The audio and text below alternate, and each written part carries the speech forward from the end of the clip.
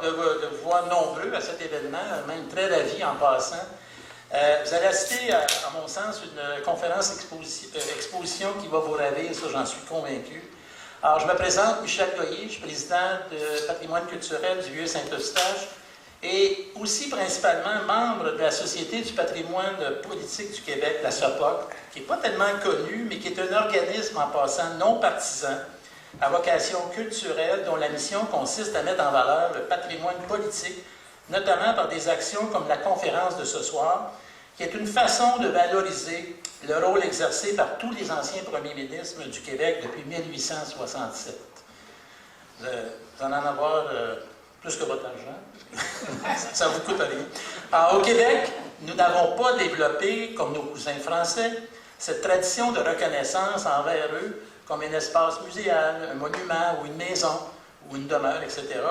Ici, à Saint-Eustache, on est un peu plus chanceux. L'ancien premier ministre Paul Sauvé, malgré 113 jours de vie de premier ministre, on a développé ici le patrimoine culturel d'un espace muséal en collaboration avec la ville de Saint-Eustache. À Saint-Jean-sur-Richelieu, dont un des conférenciers demeure, c'est l'ancien premier ministre Félix Gabriel Marchand qui a eu un monument en sa mémoire. À New Carlisle, là vous allez voir qui s'en vient, l'ancien premier ministre René Lévesque, qui va avoir demain 100 ans, s'il vivait, a son espace muséal. Donc, il y a 3 premiers ministres au Québec qui ont un endroit de reconnaissance au Québec. Alors, on n'a pas cette tradition-là, comme je disais tantôt, comme en France ou ailleurs. Bref, alors, écoutez tout le monde, bienvenue. On va passer une soirée très agréable. Moi, j'en suis très curieux de cette soirée. Michel, il ne m'a pas tout présenté, mais il me dit, bon, ça s'est passé comme ça, il y a des choses qui vont être présentées ce soir. Il y a une dame ici qui me disait que c'est censé être assez, comment je pourrais bien dire? Humoristique. Oui? Bon, mais bravo. En tout cas, merci. Écoutez, on est choyés chez nous de pouvoir avoir une soirée comme ça.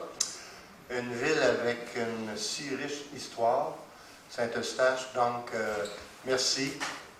Et puis, j'espère que vous allez vous amuser et apprécier. Alors, sans plus tarder, je vais vous présenter quand même vous dites, c'est qui ces deux gars-là? La feuille de route de nos 2 conférenciers. Alain Levin, qui est le premier à ma droite, est professeur titulaire au département d'information et de communication de l'Université Laval. Collectionneur depuis plus de 25 ans, il est le concepteur et commissaire de l'exposition itinérante Duplessis donne à sa province, le marketing politique de l'Union nationale, produite en 2011 par le musée Pop de Trois-Rivières. Il est aussi l'éditeur de 3 essais sur l'histoire de la communication électorale au Québec. Duplessis, pièce manquante d'une légende, l'invention du marketing politique en 2012. Le Sage, le chef télégénique, le marketing politique de l'équipe du Tonnerre, 2014. Bourassa et Lévesque, marketing de raison contre marketing de passion. Alors, c'est 3 bouquins que notre ami Alain a produits. Alain est aussi membre, évidemment, du conseil d'administration de la Société du patrimoine politique du Québec. C'est là qu'on s'est connus. En 2016, il a fait don d'une grande partie de sa collection aux archives de l'Assemblée nationale. Dave Turcotte, qu'on s'est connu dans une autre vie, est le créateur du Musée virtuel d'histoire politique du Québec. Passionné d'histoire et de politique, il collectionne depuis son adolescence. Il a été député de Saint-Jean à l'Assemblée nationale de 2008 à 2018. Je ne sais pas s'il avait 20 ans, mais c'était probablement 25 ans à l'époque.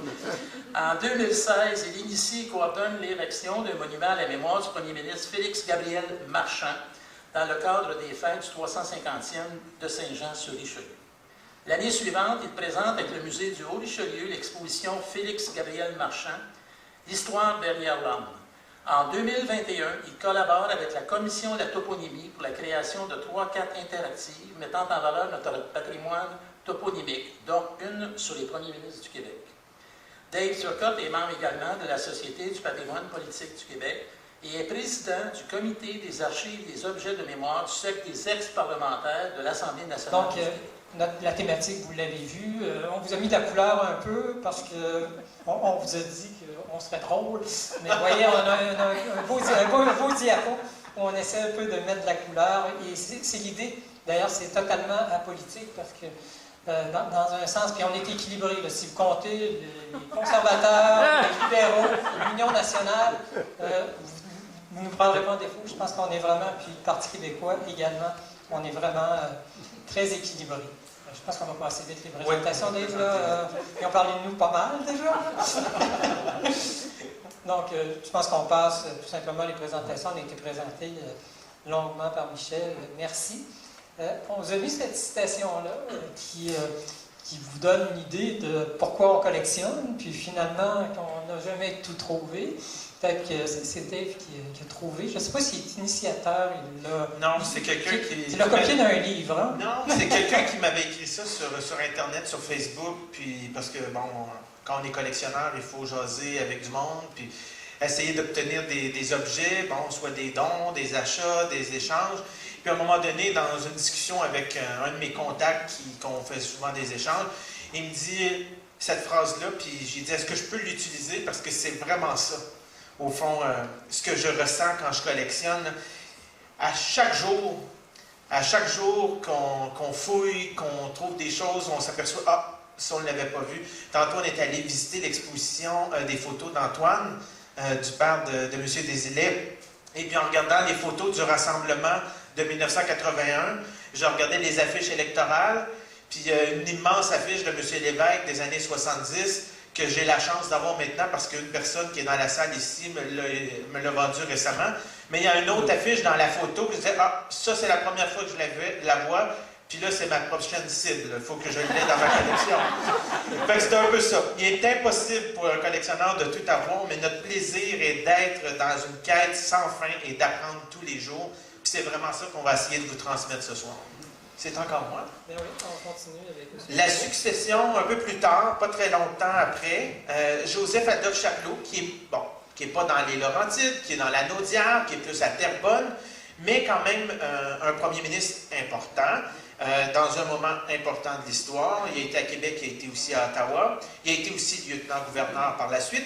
Et cette malle de transport-là est très intéressante parce que c'est là qu'on peut jouer un peu à Charles-Lecomte, essayer de trouver à quelle époque que ça a appartenu au premier ministre. C'est clairement une malle de transport qui a appartenu à Chapelot parce que son nom est écrit, Honorable J.A. Chapelot, pour Joseph-Adolphe Chapelot. Le 120, bon, je pense qu'il n'y avait pas 120 députés à cette époque-là, donc est-ce qu'il y a 120 malles? Je ne pense pas qu'il transportait 120 malles dans le train. Il faut savoir aussi qu'à l'époque de Chapelot, on ne siégeait pas au Parlement par Teams ou par Zoom, comme on a fait durant la pandémie à la Chambre des communes, à l'Assemblée nationale. Il fallait se déplacer à Québec. Donc, la session parlementaire ne siégeait pas très longtemps, parce que les députés étaient intensément à Québec, et après ça, par la suite, dans leur circonscription, pendant quasiment 6 mois, et quelques mois à Québec.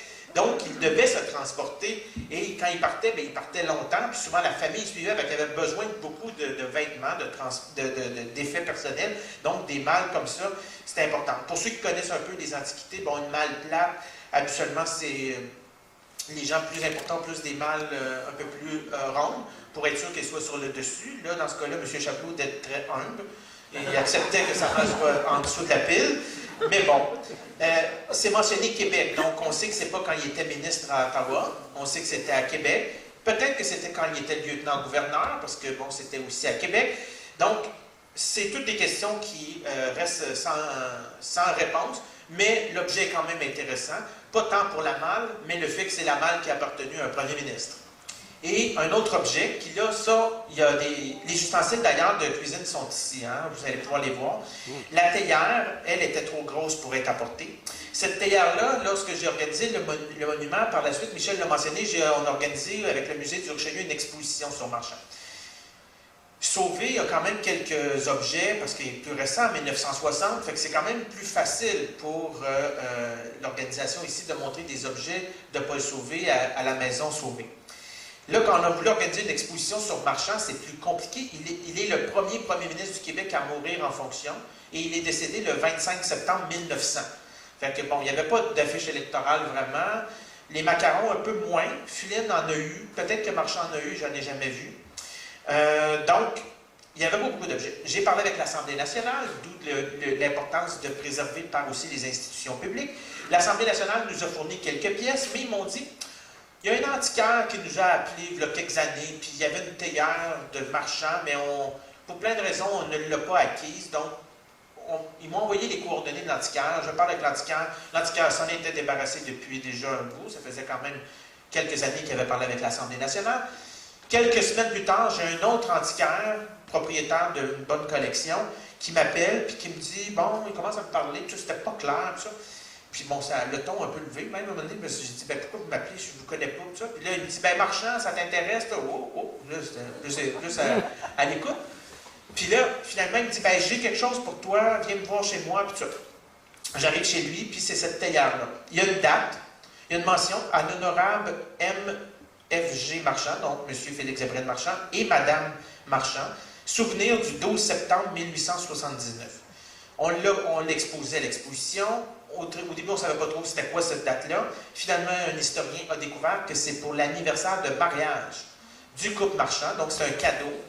Et on a découvert qu'à la Bibliothèque Archives nationales du Québec, ils ont le parchemin de tous ceux qui avaient cotisé pour cette théière-là, donc la carte de souhait qui a été remise. Donc, BANQ a la copie de ça. Et la théière, ben là, par la suite, il me l'a prêté pour l'exposition. Puis après ça, ben, il m'a dit, garde, il dit, si elle revient à la maison, je vais la garder. Fait que garde-la, puis achète-la. Puis Marchand est plus important chez toi. Lui, c'est un collectionneur plus de céramique, donc c'était plus son marché.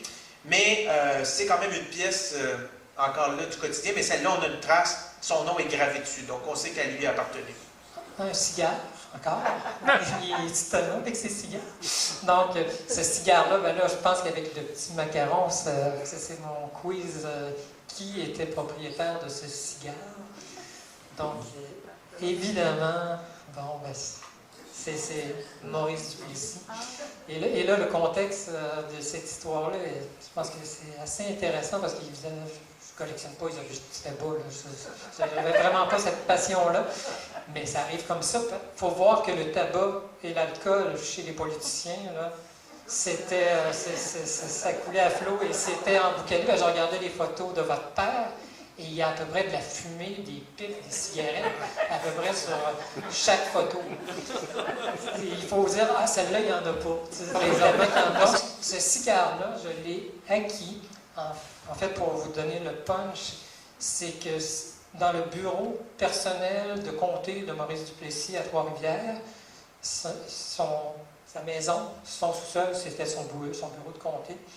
Et Duplessis meurt le 7 septembre 1959. Et la maison est reprise par les amis de Duplessis, Aurélie Cloutier, sa secrétaire, et aussi Gérald Martineau. Les amis de Duplessis ont fait ça, puis ils vont faire vivre quand même la maison de Duplessis à Trois-Rivières comme petit musée. Pendant quelques années, la fondation va être dissoute, puis c'est un peu dommage que la maison de Duplessis à Trois-Rivières ne soit pas, qu'on ne puisse pas la visiter. C'est quand même un politicien pour le meilleur et pour le pire. Là. Je pense qu'on ne discute pas de ça ce soir, mais je pense que c'est un personnage clé. Et dans son bureau, dans son sous-sol, il restait 3 cigares non fumés. Et la personne avec qui j'ai été en contact était un gestionnaire de la maison pendant ces années-là. Puis elle m'avait prêté des objets pour ma première exposition sur Duplessis. Il y en a dans le livre et vous n'avez pas ce cigare ce soir. Là. Mais il me dit, bon, compte tenu de vos projets, tout ça, je vais vous en donner un cigare de Duplessis. Donc, ben, vous voyez, on ne dit pas non à ça. Je trouve que c'est une belle histoire. Et je vais compléter cette histoire-là. Parce que je l'ai présenté dans une conférence en mai. On était à l'Assemblée nationale avec la Bibliothèque et Archives nationales qui faisait une exposition. On était en deuxième partie de l'inauguration. Donc, on parlait de nos choses, puis je l'ai présenté, ce cigare-là. Mais entre-temps, pour faire des recherches, j'ai voulu rétablir le contact avec le monsieur. Puis bon, vous voyez, j'ai des cheveux gris, puis ça fait quand même une dizaine d'années. Malheureusement, sa conjointe me dit, mais il est décédé. Ça faisait pas si longtemps que ça qu'il était décédé. Ça faisait peut-être 6 mois parce que je voulais valider mon histoire. Et là, elle me dit, ah, j'ai peut-être encore... Je pose la question, est-ce qu'il reste des petites choses, des fois, là, que vous aimeriez dans votre ménage? Là? Et elle me dit, bon, il me reste peut-être des choses, je vais vous rappeler, je regarde ça. Puis bon, elle me rappelle, puis envoie un courriel en disant, venez, on vous donne rendez-vous. Puis je vais chez elle et tout ça. Puis là, la dame du monsieur au cigare, elle avait une petite statuette de Duplessis en plaqué bronze. Il y en a une ici dans la vitrine. Là. Et vous voyez devant, il y a le drapeau, les deux drapeaux. Et cette statuette-là est datée derrière de 1958, avec les deux petits drapeaux. Moi, je fais le lien. C'est le 10e anniversaire du drapeau. Qui a voté le drapeau? C'est Duplessis. Et ça, c'est une opération de communication excessivement forte, cette statuette-là. C'est que j'en ai déjà trouvé d'autres, avec d'autres plaques devant que le drapeau.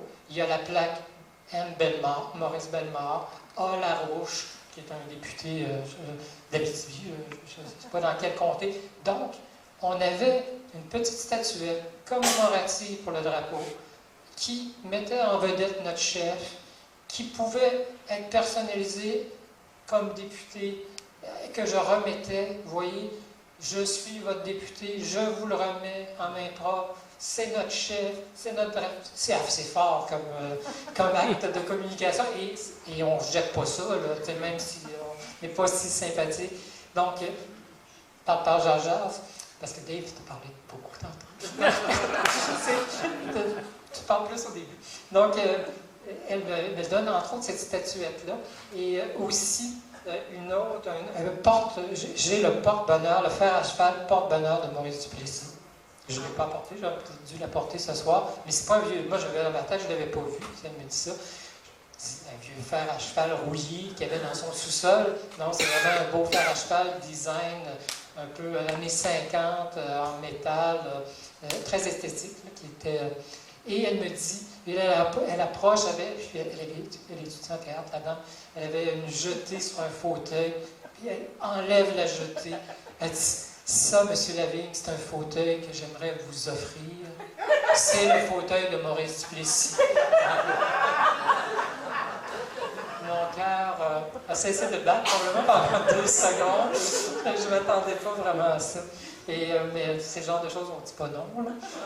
Mais pour autant que ça rentre dans l'auto. Oui, heureusement, j'avais une voiture qui permettait de ramener le fauteuil, ce qui n'avait pas été le cas. Il n'aurait pas été le cas de 2-3 ans avant. Mais j'ai le fauteuil de Duplessis dans mon sol. Mais il faut voir que Duplessis, pendant plus de 20 ans au pouvoir, il n'y a pas eu juste un fauteuil. Premièrement, il y avait déjà beaucoup de bureaux. Il y avait un bureau à l'Assemblée nationale, il y en avait un au Palais de justice, il y en avait un dans son sol, il y en avait un pour recevoir au Château Frontenac où il logeait. Et il y en avait un, si vous connaissez Trois-Rivières, moi je ne connaissais pas, au Château de Blois. Château de Blois, l'auberge des gouverneurs, avant, c'était le Château de Blois. C'était un mini-château Frontenac qui a brûlé en 1966. Et elle avait une carte postale du Château de Blois. Puis elle me dit, il était là. Il était là, le fauteuil.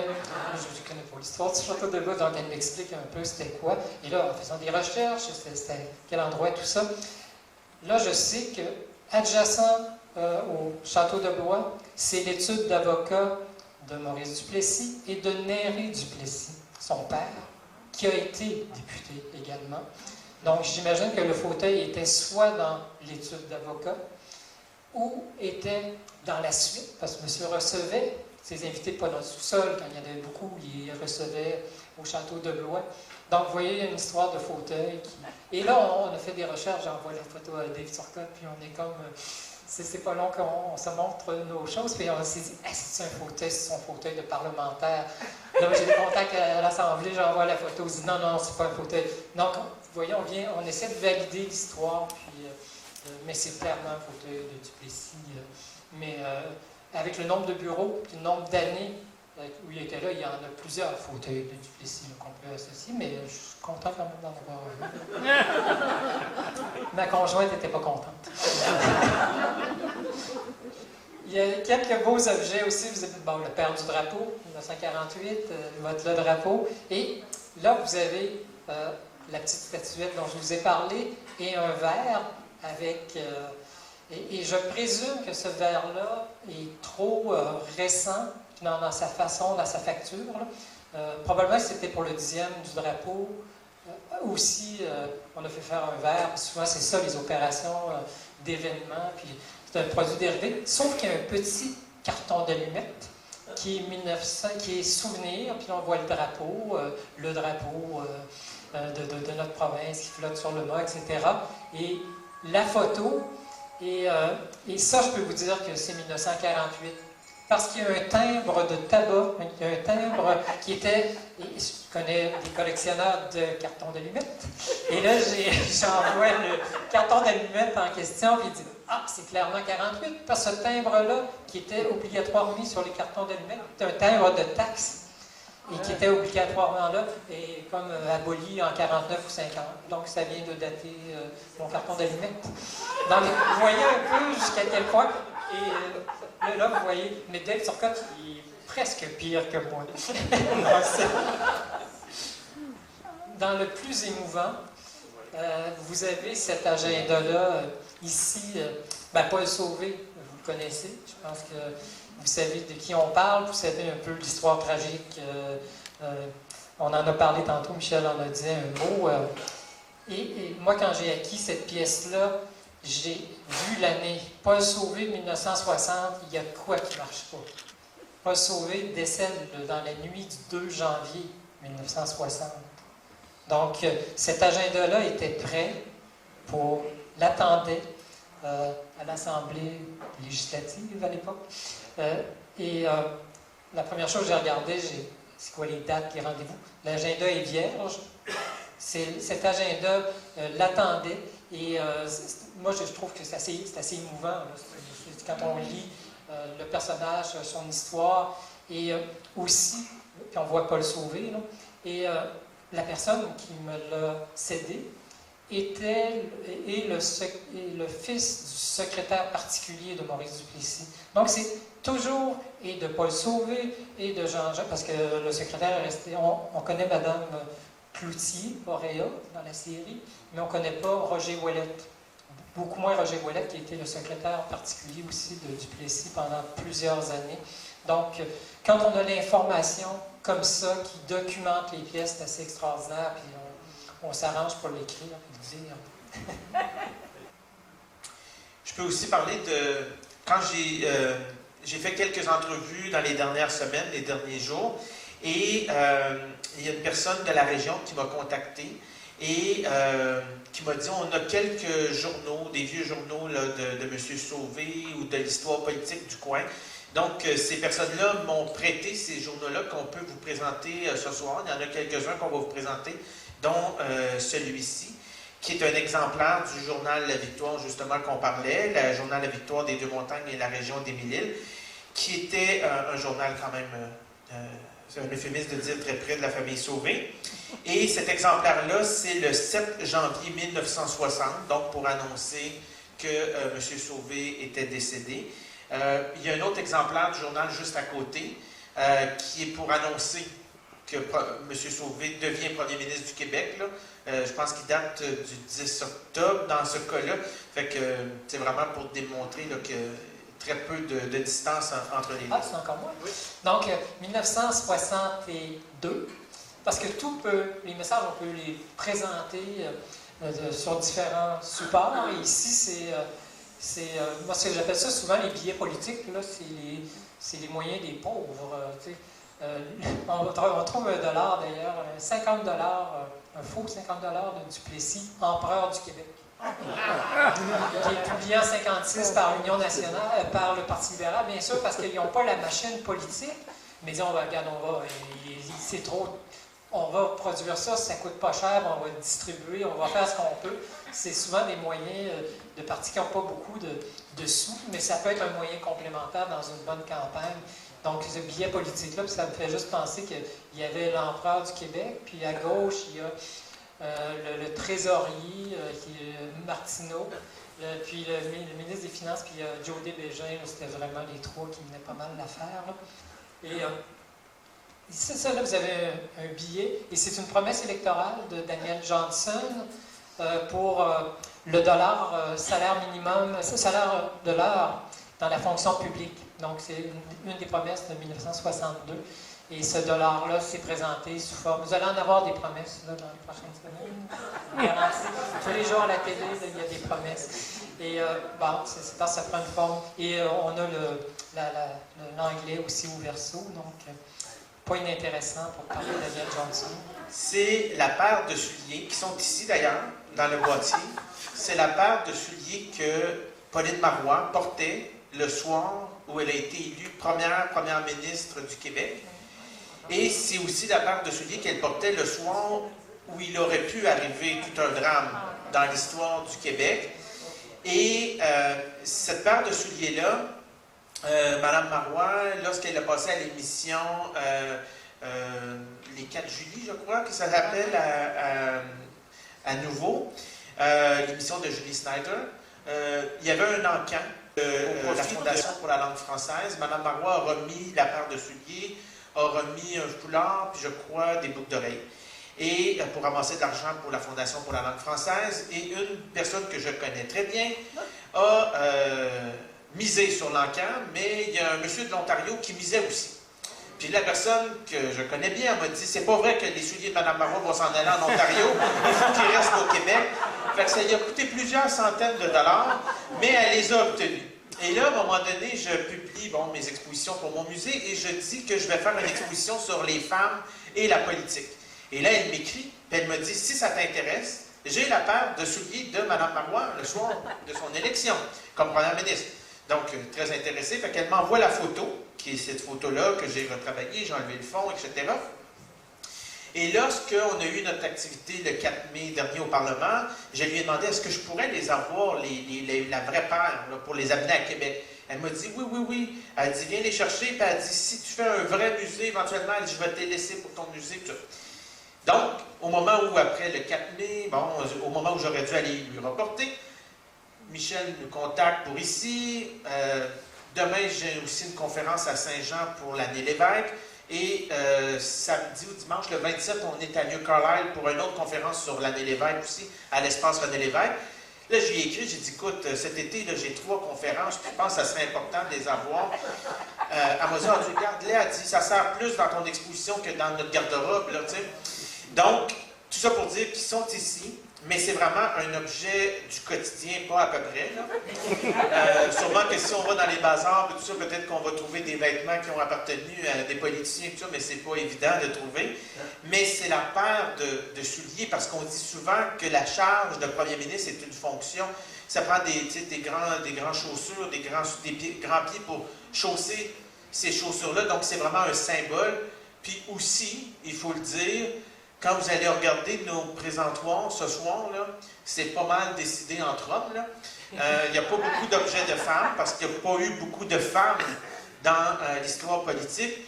Il y a un objet qu'on n'a pas présenté, mais que vous pourrez voir. Il y a les femmes de l'Union nationale, qui est les femmes, une photo de la plupart des femmes des anciens chefs de l'Union nationale, le premier ministre, qu'Alain avait dans sa collection. Donc on s'est dit, bon, on va mettre un peu de femmes dans l'Union nationale. Mais c'est sûr qu'on arrive à une exposition et qu'on voit la paire de souliers en haut, on se dit, y a-t-il quelqu'un qui a laissé ça par erreur, là, lors de l'installation? Mais non, c'est la paire de souliers de Mme Marois. C'est sûr que